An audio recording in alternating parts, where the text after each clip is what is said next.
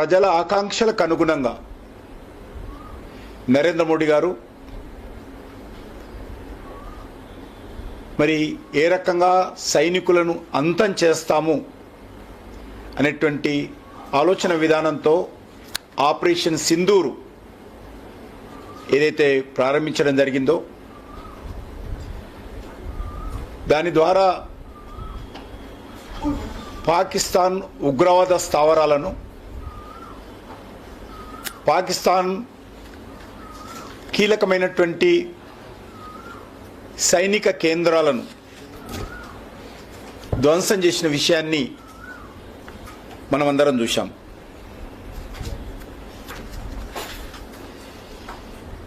Operation Sindoor ఎవరికి తెలియకుండా జరిగినటువంటి సంఘటనలు కావు. ప్రతి క్షణము మీడియాలో జరిగినటువంటి దాడులు, ప్రతిదాడులు అన్నీ కూడా లైవ్లో ప్రపంచమంతా చూసిన విషయాన్ని మనం చేస్తూ ఉన్నాం. ఆపరేషన్ సింధూరు ప్రారంభించినటువంటి మొదటి రోజే 23 నిమిషాల లోపల పాకిస్తాన్లో ఉన్నటువంటి 9 ఉగ్రవాద స్థావరాలు కావచ్చు, ఉగ్రవాదుల కేంద్రాలు కావచ్చు, ఏ రకంగా భారత సైన్యం ధ్వంసం చేసిందో, అనేక మంది ప్రముఖ ఉగ్రవాదులను హంతం చేసిందో మన సైన్యం మనకు కళ్ళకు కట్టినట్టు అన్ని విషయాలు చిత్రాల ద్వారా, వీడియోల ద్వారా యావత్ ప్రపంచానికి చూపించిన విషయాన్ని ఈ సందర్భంగా మనం చేస్తున్నాను. ఇది భారత సైన్యం చెప్పినటువంటి అంశాలే కాదు, పాకిస్తాన్ స్వయంగా పాకిస్తాన్ ప్రధానమంత్రితో సహా అనేక వీడియోల ద్వారా స్పష్టంగా ప్రపంచానికి తెలిసింది. మనం ఇజ్రాయెల్ చేసినటువంటి దాడులన్నిటిని కూడా సీసీ ఫుటేజీలతో సహా భారత సైనికులు ప్రపంచం ముందు పెట్టడం జరిగింది. చివరకు పాకిస్తాన్ ప్రధానమంత్రి చెప్పాడు, మేమే దాడి చేయాలనుకున్నాము, కానీ రాత్రికి రాత్రి 9వ తేదీ భారతీయ తిరిగి మిజైల్స్తో పాకిస్తాన్ మీద దాడి చేసింది. ఆ కారణంగా మా సైనికులంతా డిమారలైజ్ అయ్యారు, మేము తిరిగి దాడి చేయలేకపోయామని పాకిస్తాన్ ప్రధానమంత్రి స్వయంగా ప్రకటించినటువంటి వీడియోలను ప్రపంచమంతా చూసింది. ఈరోజు దురదృష్టం ఏంటంటే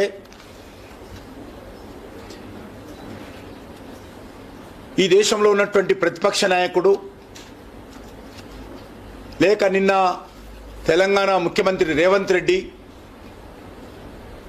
ఒక వితండవాదం,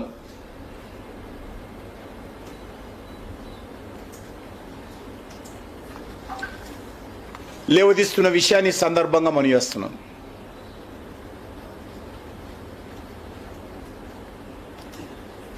రాహుల్ గాంధీ అలా బావగారు రాబర్ట్ వాద్రా లేక రేవంత్ రెడ్డి, ఈ ముగ్గురు రాళ్ళు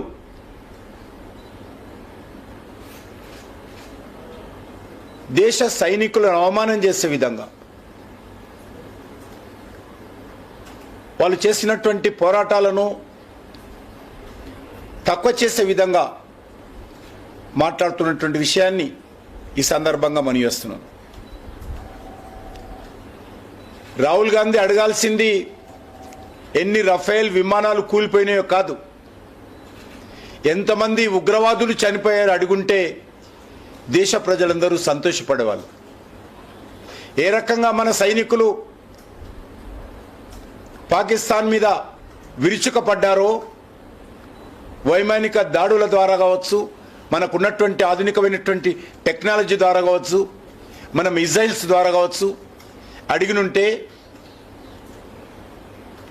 సైనికులు కూడా సంతోషపడేవారు.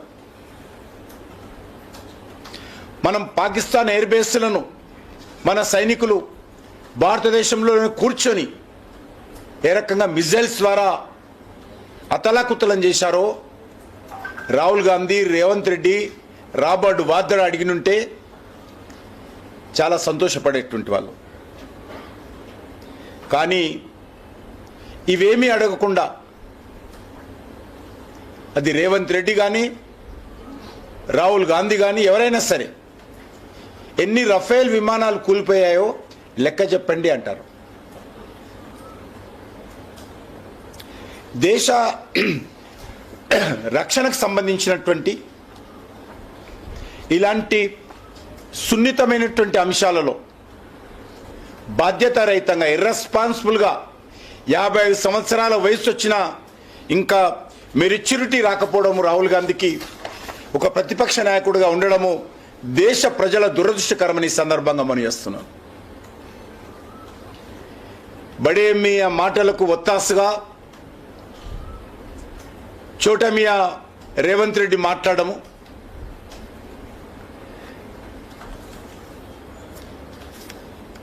Copy to copy, same to same ఏదైతే రాహుల్ గాంధీ మాట్లాడాడో బడే మియా హైదరాబాద్లో కూర్చొని చోటే మియా అదే విషయాలు ఒక అక్షరం పొల్లుపోకుండా నిన్న భారత సైన్యాన్ని, భారత ప్రభుత్వాన్ని ప్రశ్నించడం జరిగింది.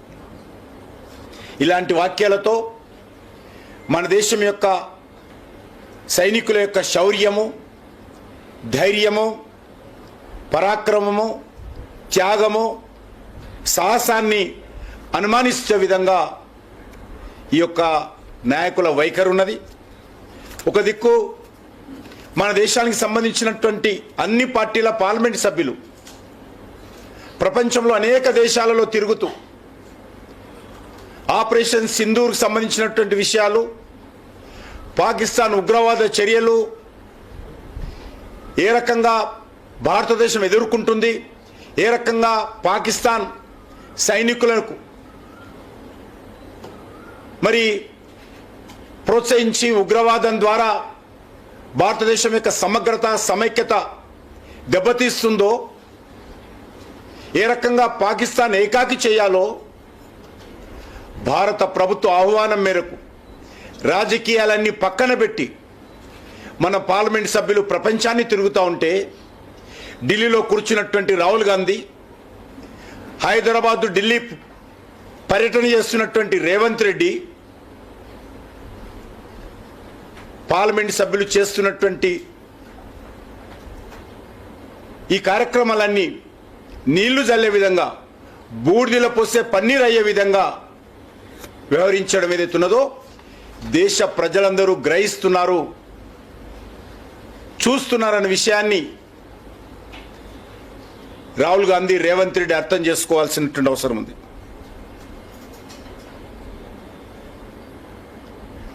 రేవంత్ రెడ్డి మొన్న ఢిల్లీకి వచ్చి 3 రోజులు రాహుల్ గాంధీ దర్శనం కోసం ఆపసోపాలు పడి అవమానానికి గురై ఢిల్లీ తిరిగి వెళ్ళిపోయి రాహుల్ గాంధీ చేసినటువంటి అవే మాటలను ఆయన వెళ్ళవేస్తూ నిన్న తెలంగాణ గడ్డ నుంచి భారత సైనికులను అవమానించే విధంగా మాట్లాడము, తక్కువ చేసి చూపించడము దుర్మార్గమని సందర్భంగా మనం చేస్తున్నాం. కనీసం మన పార్లమెంట్ సభ్యులు ప్రపంచంలోని అనేక దేశాలు తిరుగుతున్నారు, రాజకీయాలకు అతీతంగా తిరుగుతున్నారు, దేశం తరఫున తిరుగుతున్నారు అనేటువంటి భావన కూడా లేకుండా రాహుల్ గాంధీ కాంగ్రెస్ పార్టీ రకంగా వ్యవహరించడము దురదృష్టకరమని సందర్భంగా మనం చేస్తున్నాం. దేశ భద్రతకు భంగం కలిగించే విధంగా దేశ సైన్యం యొక్క ఆత్మస్థైర్యాన్ని దెబ్బతీసే విధంగా ఈ నాయకులు మాట్లాడము దేశ ప్రజలందరూ ముక్త కంఠంతో ఖండించాల్సిందిగా కోరుతా ఉన్నాను. నిన్న రేవంత్ రెడ్డి గారు మాట్లాడుతున్నప్పుడు మన పాకిస్తాన్ అనే పదం వచ్చింది. పాపం వాళ్ళ మనస్సులో ఏముందో అనుకోకుండా మాటలు కూడా ఆ రకంగానే దొల్లుతూ ఉన్నాయి.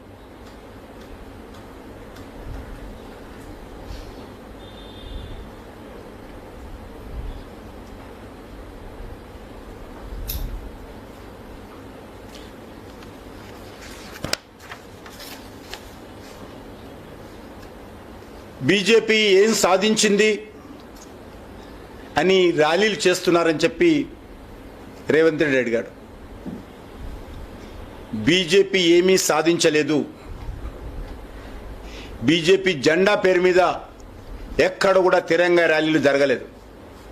దేశంలో ఏ ఒక్క గ్రామంలో కూడా భారతీయ జనతా పార్టీ జెండా, భారతీయ జనతా పార్టీ పేరు లేకుండా అన్ని వర్గాల ప్రజలు ఏకమై తిరంగ యాత్రలు నిర్వహిస్తూ ఉంటే రేవంత్ రెడ్డికి బీజేపీ తిరంగ యాత్రలు కనిపిస్తూ ఉన్నాయి.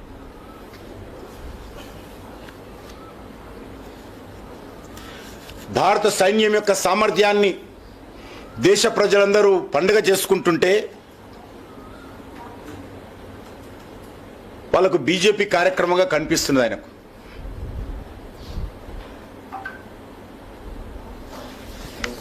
ఇది ఒక రాజకీయ పార్టీ కార్యక్రమం కాదు. భారత సైనికుల కండగా భారత ప్రజలందరూ కూడా కులాలకు అతీతంగా మతాలకు అతీతంగా నిర్వహిస్తున్నటువంటి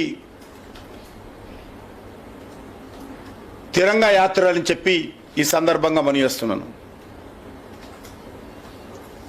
ఇంకొక అడుగు ముందుకెళ్ళి రాహుల్ గాంధీ ప్రధానమంత్రి అయి ఉంటే పీఓకేని ఆక్రమించుకునేవాడు అంటారు రేవంత్ రెడ్డి. పాపం ఈ జన్మలో రాహుల్ గాంధీకి అవకాశం లేదు. కానీ ఒకటి మాత్రం స్పష్టం చేయదలుచుకున్నాను, అసలు పీఓకే పాకిస్తాన్కి ఎవరిచ్చారని అడుగుతా ఉన్నాను. ఇన్ని సంవత్సరాలుగా పీఓకే ఒక రావణ కాష్టంలాగా, జమ్మూ కాశ్మీర్లో ఒక రావణ కాష్టంలాగా నడిపింది కాంగ్రెస్ పార్టీ ప్రభుత్వం కాదా అని అడుగుతా ఉన్నాను.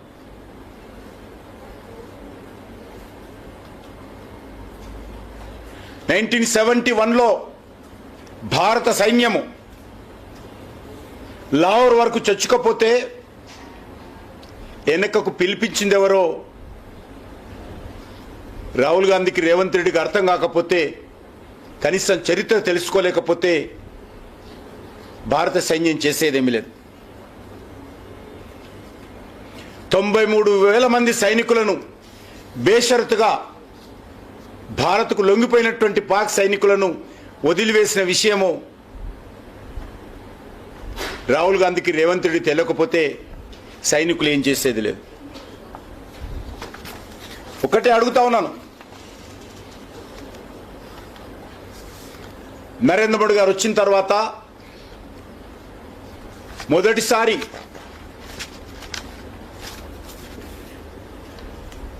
పాక్ యొక్క ఉగ్రవాదులు మన సైన్యం మీద దాడి చేశారు. ఫస్ట్ టైం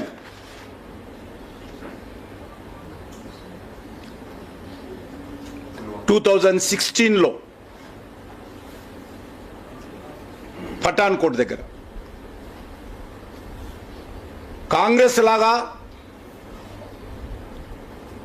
కాంగ్రెస్ ప్రభుత్వం లాగా సంతాపాలతో హెచ్చరికలతో ఎన్డీఏ ప్రభుత్వము మోడీ గారి ప్రభుత్వము సరిపుచ్చుకోలేదు. భారతదేశ చరిత్రలో మొదటిసారి ఒక ఉగ్రవాద సంఘటన నరేంద్ర మోడీ గారు ప్రధానమంత్రి అయిన తర్వాత జరిగితే మొట్టమొదటి సంఘటన సర్జికల్ స్ట్రైక్ పేరుతో ఏ రకంగా పాకిస్తాన్ భూభాగంలోకి భారత సైనికులను పంపించి ఏ రకంగా మన భారత సైనికుల యొక్క పరాక్రమాన్ని ప్రపంచానికి తెలిసేటట్టు జరిగిందో అది మొదటిసారని సందర్భంగా మనవిస్తున్నాను. రెండవసారి పుల్వామాలో 2019లో సిఆర్పిఎఫ్ శిబిరం మీద ర్యాలీ అంటే కాన్వాయ్ పోతున్నప్పుడు పాకిస్తాన్ ఉగ్రవాదులు దాడి చేసి సుమారు 40 మందికి పైగా బలిదానమైతే రెండవసారి ఎయిర్ స్ట్రైక్ పేరు మీద పాకిస్తాన్ భూభాగంలోకి భారత యుద్ధ విమానాలు పోయి ఉగ్రవాద శిబిరాలను ఏ రకంగా ధ్వంసం చేయించిందో యావత్ ప్రపంచమంతా చూసింది. మూడవసారి మొన్న పహల్గామ్లో జరిగితే ఆపరేషన్ సింధూర్ పేరుతో ఏ రకంగా పాకిస్తాన్కు నరకం చూపించామో ఈరోజు ప్రపంచమంతా చూస్తూ ఉంది. కానీ కాంగ్రెస్ పార్టీ హయాంలో అనేక సార్లు గత 40-50 సంవత్సరాలుగా కొన్ని వందల ఉగ్రవాద కార్యక్రమాలు జరిగాయి. ఒక జమ్మూ కాశ్మీర్లోనే ఆర్టికల్ 370 తొలగించే వరకు 42,000 మంది పైగా చనిపోయారు. ఢిల్లీలో వరుస పేలుళ్ళు, బాంబేలో వరుస పేలుళ్ళు, హైదరాబాద్లో వరుస పేలుళ్ళు, ముంబైలో నడుస్తున్నటువంటి 7 రైళ్లలో ఒకటేసారి పేలుళ్ళు.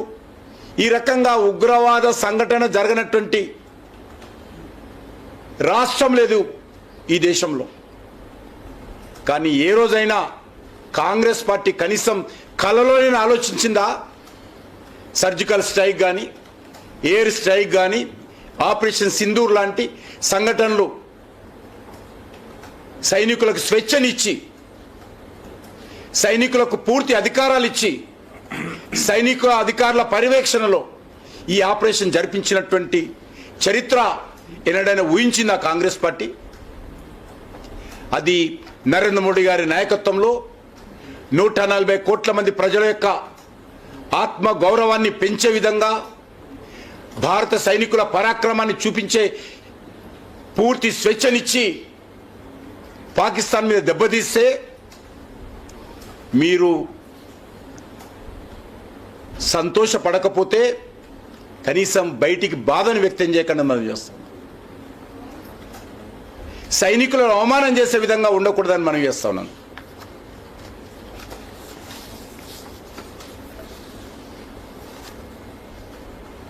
రాహుల్ గాంధీకి ఇంత దుర్బుద్ధి ఏ రకంగా వచ్చిందో నాకు అర్థం కావడం లేదు. ఎన్ని ఫైటర్ జెట్లు కూలాయో ఆయన అడుగుతాడు, నిన్న అలా ముఖ్యమంత్రితో అడిగిస్తాడు. ఎక్కడ కూలాయని అడుగుతా ఉన్నాను. ఏ ఆధారంతో మాట్లాడుతున్నారు?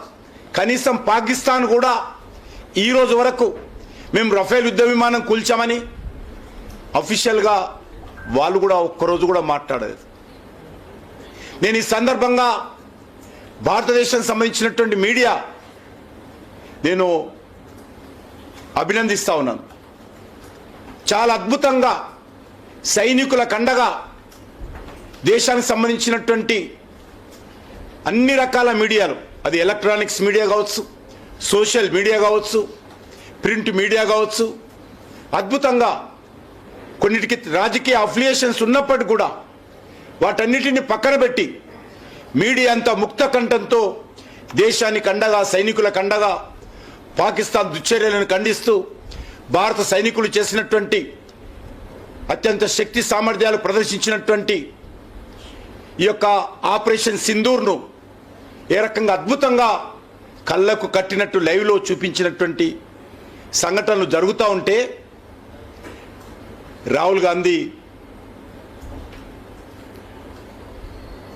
మరి చైనా డ్రోన్లను పొగడడం, పాకిస్తాన్ సంబంధించినటువంటి దాడులను పెంచి చూపించడము, మాట్లాడము, ఇదేదో దాచుకున్న సంఘటన కాదు. మన కళ్ళెదుటే ఏ రకంగా దాడులు, ప్రతిదాడులు జరిగాయో, భారత సైనికులు ఏ రకంగా వాటన్నిటిని తిప్పికొట్టారో, ఏ రకంగా పాకిస్తాన్ ఉగ్రవాదకు సంబంధించినటువంటి స్థావరాలను ధ్వంసం చేశామో, ఏ రకంగా ఎయిర్ బేస్లను పాకిస్తాన్లో ధ్వంసం చేశామో అద్భుతంగా జరుగుతూ ఉంటే ఇర్రెస్పాన్సిబుల్గా ఈరోజు మాట్లాడుతున్నటువంటి సంఘటనలు మనం చూస్తూ ఉన్నాము. ఇదంతా కూడా నేను ఒకటే అడుగుతా ఉన్నాను రాహుల్ గాంధీని, మీరు చైనాకి వెళ్ళి ఒప్పందం కుదుర్చుకున్నారు కదా, అక్కడ ఆయుధాలకు డిమాండ్ పెంచడానికి అడుగుతా ఉన్నాను.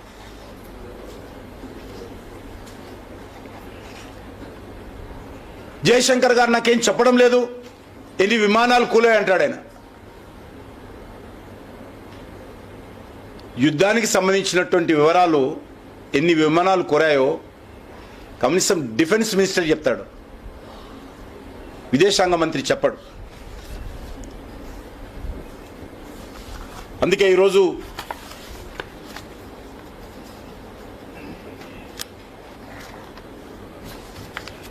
మనవి చేస్తా ఉన్నాను, రాహుల్ గాంధీ తన విధానాలను మార్చుకోవాల్సినటువంటి అవసరం ఉంది.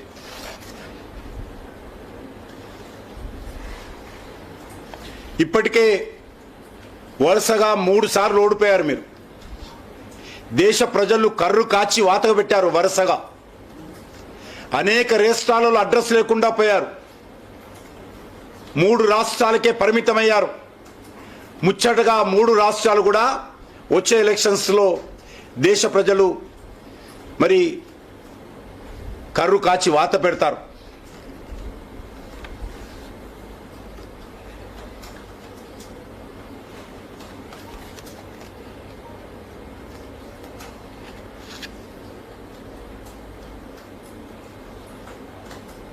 అనేక సార్లు అగ్నివీర్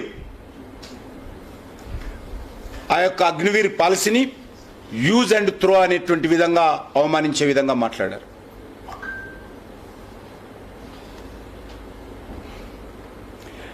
ఏదైతే డిజిటల్ ఇండియా ద్వారా దేశంలో ఈరోజు డిజిటల్ టెక్నాలజీ తీసుకొచ్చామో, ఏదైతే వైజ్ఞానికంగా మన సైనికులు ఉపయోగించి ఈరోజు మొన్న ఏ రకంగా ఆపరేషన్ సింధూర్ నిర్వహించారో దాన్ని కూడా అవమానం చేసే విధంగా మాట్లాడాడు.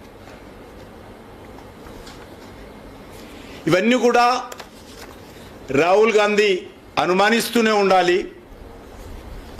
దేశ ప్రజలు వీటన్నిటినీ సాధిస్తూనే ఉండాలి. ఇదే జరగబోతుందనే విషయాన్ని ఈ సందర్భంగా మనవి చేస్తా ఉన్నాను.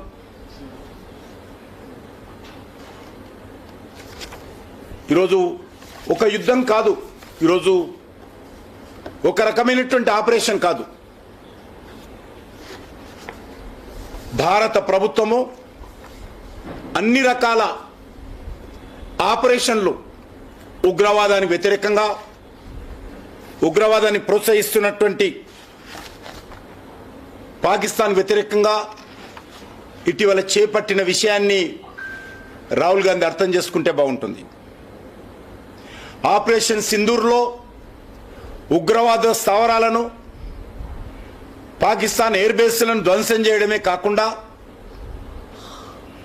ఇండస్ వాటర్ ట్రీటీని రద్దు చేయడము, పాకిస్తాన్తో అన్ని రకాల వాణిజ్యాలను ఒప్పందాలను రద్దు చేయడము, మొత్తం పాకిస్తానీలు ఎవరున్నా కూడా వారి వీసాలన్నిటిని కూడా భారతదేశం రద్దు చేయడము, పాకిస్తాన్తో ఉన్నటువంటి అన్ని కల్చరల్ ఎంఓయూలను రద్దు చేసుకోవడము, ఇవన్నీ కూడా ఆపరేషన్ సింధూర్తో పాటు పాకిస్తాన్ను ఆర్థికంగా, రాజకీయంగా దెబ్బతీసే విధంగా భారత ప్రభుత్వము ఒక నిర్దేశించుకున్నటువంటి లక్ష్యాలతో ప్రకారం ముందుకెళ్తా ఉంది. నరేంద్ర మోడీ గారు ఏం చేసినా కూడా త్రివిధ దళాల పత్రులు లేక చీఫ్ ఆఫ్ ఆర్మీ, ఇంటెలిజెన్స్ అధికారులతో కూర్చొని చర్చించి వాళ్లకు పూర్తి స్వేచ్ఛనిచ్చి వాళ్ళు సాధించినటువంటి విజయాలను మరి ప్రతిపక్ష నాయకుడిగా ఉన్నటువంటి వ్యక్తి భారత స్వాతంత్ర చరిత్రలో ఇంత దిగజారిన ప్రతిపక్ష నాయకుడు ఎవరిని కూడా గతంలో మనం చూడలేదు. ప్రపంచమంతా కూడా ఈరోజు భారతదేశాన్ని ప్రశంసిస్తున్నా మరి కొంతమంది రేవంత్ రెడ్డి, రాహుల్ గాంధీ లాంటి నాయకులకు నచ్చకపోవడము దురదృష్టకరమైన ఈ సందర్భంగా మనం చేస్తున్నాం. ఇప్పటి వరకు కూడా రాహుల్ గాంధీని ఒక్కటే కోరుతా ఉన్నాను, అనేక రాష్ట్రాలలో ఓడిపోయారు, 3 సార్లు పార్లమెంట్ ఎన్నికల్లో ఓడిపోయారు. ఇంకా మీకు ప్రజల నాడి అర్థం కాకపోవడము అది మీ చేసుకున్న దురదృష్టకరం అని చెప్పి ఈ సందర్భంగా వయసు సెలవు తీసుకుంటున్నాం. సార్, మీరు కొద్ది నెలల క్రితమే జమ్మూ కాశ్మీర్ ఎన్నికల సందర్భంగా ఇక్కడ ఇన్ఛార్జ్ కూడా పనిచేస్తారు. ఎట్లా ఉండే సార్ అక్కడ పరిస్థితులు ఎట్లా ఉండే? ఈ ఉగ్రవాదానికి సంబంధించి కేంద్రం చేస్తున్నటువంటి ప్రణాళికలు గతంలో నేను ఇంతకుముందు కూడా చెప్పాను, మన తెలంగాణలో కూడా అది నల్లగొండ కావచ్చు, నిర్మల్ కావచ్చు, ఆదిలాబాద్ కావచ్చు, బైన్సా కావచ్చు, సంగారెడ్డి కావచ్చు, అన్ని ప్రాంతాలలో పాకిస్తాన్ ఐఎస్ఐ కార్యక్రమాలు ఉండేది. ఈరోజు ఒక్క సంఘటన ఎక్కడ జరగడం లేదు. మొత్తం పాకిస్తాన్ ఐఎస్ఐ సంబంధించినటువంటి నెట్వర్క్ను పూర్తిగా ఈరోజు డిస్ట్రాయ్ చేసింది కేంద్ర ప్రభుత్వం. ఆ రోజు 100 కోట్ల రూపాయలు పాకిస్తాన్ ఐఎస్ఐ కార్యక్రమాల కోసం పాకిస్తాన్ ఖర్చు పెట్టే పరిస్థితి ఉండేది. ఈరోజు ప్రపంచ దేశాల ముందు పాకిస్తాన్ చిప్ప పట్టుకొని తిరిగే పరిస్థితి ఈరోజు భారత ప్రభుత్వము గత 11 సంవత్సరాలుగా చేసినటువంటి చర్యల కారణంగా ఫలితాలు కనిపిస్తూ ఉన్నాయి. కాబట్టి ఈరోజు జమ్మూ కాశ్మీర్లో కూడా చూసాం, ఒక్క ఇన్సిడెంట్ లేకుండా, ఒక్క పోలింగ్ బూత్లో కూడా రీపోలింగ్ జరగకుండా ఏ రకంగా ఎన్నికలు జరిగాయో, ఆ రోజు 2%, 3% పోలింగ్ అయ్యేది కాంగ్రెస్ హయాంలో. అద్భుతమైనటువంటి ఆర్టికల్ 370 తొలగించిన తర్వాత జమ్మూ కాశ్మీర్ మరొక పాలిస్తీన్ అవుతుందని చెప్పి పార్లమెంటులో రాహుల్ గాంధీ, కాంగ్రెస్ పార్టీ నాయకులు మాట్లాడిన తర్వాత కూడా జరిగినటువంటి శాసనసభ ఎన్నికల్లో ఏ రకంగా జమ్మూ కాశ్మీర్ ప్రజలు ఆర్టికల్ 370కి వ్యతిరేకంగా మరి ఖచ్చితంగా ఐక్యమత్యంతో ఏ పార్టీ కోటేసినప్పుడు మన పార్టీలు అవన్నీ కూడా కానీ ఓటింగ్లో పాల్గొన్నటువంటి విషయాన్ని మనం వేస్తున్నాను. కాబట్టి అద్భుతంగా ఈరోజు మార్పు వచ్చింది. కాంగ్రెస్ పార్టీ అర్థం చేసుకోలేకపోతే, కాంగ్రెస్ పార్టీ చూడలేకపోతే, భారత ప్రజలతో సంతోషాన్ని పంచుకోలేకపోతే, భారత సైనికుల యొక్క విజయాన్ని డైజెస్ట్ చేసుకోలేకపోతే వాళ్ళ విజ్ఞతకే వదిలేస్తున్నానని మనం చేస్తున్నాం. మోడీ ప్రభుత్వానికి ధైర్యం సరిపోవట్లేదు, ఇందిరాగాంధీని గుర్తు చేసుకోవాలంటున్నారు. ఇందిరాగాంధీ హయాంలోనే చెప్తున్నాను, పిఓకే లాంటి వాళ్ళ జవహర్లాల్ నెహ్రూ గారు ఉన్నప్పుడు కానీ అన్ని సంఘటనలు జరిగాయి. ఈరోజు ప్రభుత్వాన్ని నడుపుతున్నది నరేంద్ర మోడీ గారు, రాహుల్ గాంధీ కాదు. ఏ రకంగా ప్రభుత్వాన్ని నడపాలో, ఏ రకంగా దేశానికి మేలు చేయాలో, ఏ రకంగా దేశ గౌరవాన్ని పెంచాలో, ఏ రకంగా సైనికుల యొక్క పూర్తిగా స్వేచ్ఛనివ్వాలో నరేంద్ర మోడీ గారు తెలిసి వీళ్ళకి అర్థం కాదు. ఏదైనా అర్థమైతే కదా రాహుల్ గాంధీకి ఈరోజు ఏ విషయంలోనైనా ఈ దేశానికి సంబంధించినటువంటి జిఎస్టీ ట్యాక్స్ విషయంలో కావచ్చు, లేకపోతే 1 ర్యాంక్ 1 పెన్షన్ విషయంలో కావచ్చు, డిజిటల్ ట్రాన్సాక్షన్ విషయంలో కావచ్చు, భారత రాజ్యాంగాన్ని, రాజ్యాంగబద్ధ సంస్థలను ప్రపంచ దేశాలలోని వేదికల మీద విమర్శించకూడదనేది విజ్ఞత విషయంలో కావచ్చు, ఏది కూడా ఆయనకు అర్థం కాదు. విదేశీ వేదికల మీదకి వెళ్ళి భారత పార్లమెంటును, భారత న్యాయ వ్యవస్థను, భారత సైనికులను, భారత సైనిక వ్యవస్థను, భారత ఎలక్షన్ కమిషన్ను విమర్శిస్తున్నటువంటి ఇలాంటి నాయకుడి నుంచి పెద్దగా ఎక్స్పెక్ట్ చేయడం అనేటువంటిది దురదృష్టకరం. తెలంగాణలో టీఆర్ఎస్ బీజేపీలో విలీనమవుతుందని చెప్పి కవిత ఆరోపిస్తుంది. అలాంటి పనికిరానటువంటి విషయాల మీద నేను కామెంట్ చేయదలుచుకోలేదు. వాళ్ళకు ఉన్నదేంది, వాళ్ళ క్రెడిట్ ఏంది, వాళ్ళ ఆరోపణ చేసేది ఏంది, వారికి ఉన్నటువంటి ఈరోజు క్రెడిట్ ఏంది, ఎందుకు అయింది జైలుకు, వాళ్ళకు ఉన్నటువంటి బ్యాక్గ్రౌండ్ ఏంది. ఇప్పుడు ఆమె చేసే ఆరోపణలు మేము వినాలని జవాబు చెప్పాలా?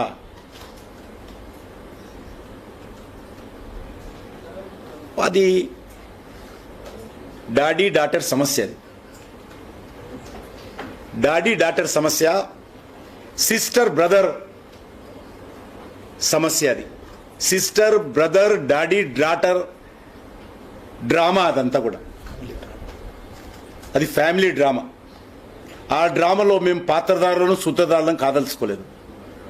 తెలంగాణ ప్రజలకు కూడా సంబంధం లేనటువంటి అంశం అది. అది ఇంటర్నల్ పార్టీ విషయం కావచ్చు, లేకపోతే ఇంటర్నల్ ఫ్యామిలీ విషయం కావచ్చు.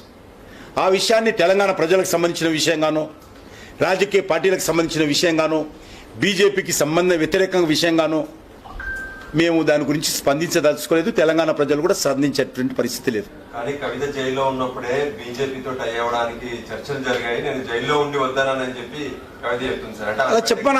అలా డాడీని చెప్పాను. ఉత్తర రాసింది కదా డాడీకి, డాడీ ఎవరితో మాట్లాడో చెప్పాను. డాడీని అడుగుమాను. డాక్టర్ కదా, డాడీ దగ్గరికి వెళ్ళి డాడీ నువ్వు ఎవరితో మాట్లాడావు, ఏ రకంగా బీజేపీలో మెర్జి కావాలని చూసావు చెప్పమని అలా డాడీని. నీటి మీద రాతలు తీసుకొచ్చి ఇన్ని రోజుల తర్వాత ఈరోజు బయట పెట్టడం ఏదైతున్నదో అది అర్థం కానటువంటి విషయం. అదొక ఇంటి సమస్య. అధికారం కోసమో లేకపోతే ఆస్తుల కోసమో వాళ్ళు చెప్పుకోవాలి. జరుగుతున్నటువంటి ఘర్షణ సమస్య, దాన్ని రాజకీయ అంశంగా, తెలంగాణ అంశంగా, తెలంగాణకు ఏదో పెద్ద అంశంగా మీడియా కూడా తీసుకురావడం దురదృష్టకరం. చిన్న అంశం ఇది. ఈ అంశం తెలంగాణ ప్రజలకు సంబంధం లేనటువంటి అంశం ఇది. ఈ అంశం మీద రాజకీయ పార్టీలు స్పందించాల్సిన అవసరం కూడా లేదు. నేను అన్ని రాజకీయ పార్టీలను కోరుతా ఉన్నాను, ఇంక్లూడింగ్ మై పార్టీ. అదే చెప్తున్నాను, ఇంక్లూడింగ్ మై పార్టీ అన్నది. అందుకే మా పార్టీ నాయకులు కూడా ఇటువంటి విషయాల మీద స్పందించాల్సిన అవసరం లేదు. బీఆర్ఎస్ పార్టీ ఒక ప్రైవేట్ లిమిటెడ్ కంపెనీ. ఆ కంపెనీలో వీళ్ళందరూ డైరెక్టర్లు. వాళ్ళ మధ్యలో ఆస్తుల కొట్లాట, లేకపోతే అధికారపు కొట్లాట, పదవిలో కొట్లాట. ఆ ప్రైవేట్ లిమిటెడ్ కంపెనీలో మేమెందుకు మాట్లాడాలి? తెలంగాణ ప్రజలకు సంబంధించిన విషయం వస్తే తప్పకుండా మాట్లాడతాం. మొన్న సీఎం రేవంత్ రెడ్డి గారు 2 రోజులు ఢిల్లీలో ఉన్నారు. కానీ రాహుల్ గాంధీ సీఎంకు అపాయింట్మెంట్ ఇవ్వలేదు, కానీ పీసీసీ చీఫ్ మాత్రం అపాయింట్మెంట్ ఇచ్చారు. దీన్ని మీరు ఎట్లా చూస్తారు? ఇది గతంలో కూడా రాజీవ్ గాంధీ అంజయ్య ముఖ్యమంత్రిగా ఉన్నప్పుడు ఇదే విధంగా తెలంగాణ ప్రజలను అవమానించారు. రేవంత్ రెడ్డితో మాకు విభేదాలు ఉండొచ్చు, కాంగ్రెస్ పార్టీతో విభేదాలు ఉండొచ్చు. ఇప్పుడు ప్రస్తుతం మాత్రం తెలంగాణ ముఖ్యమంత్రి. తెలంగాణ ప్రజలను గౌరవించాల్సినటువంటి బాధ్యత రాహుల్ గాంధీ మీద ఉన్నది.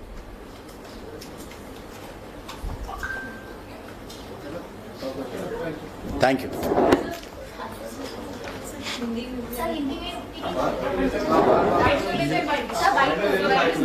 బయట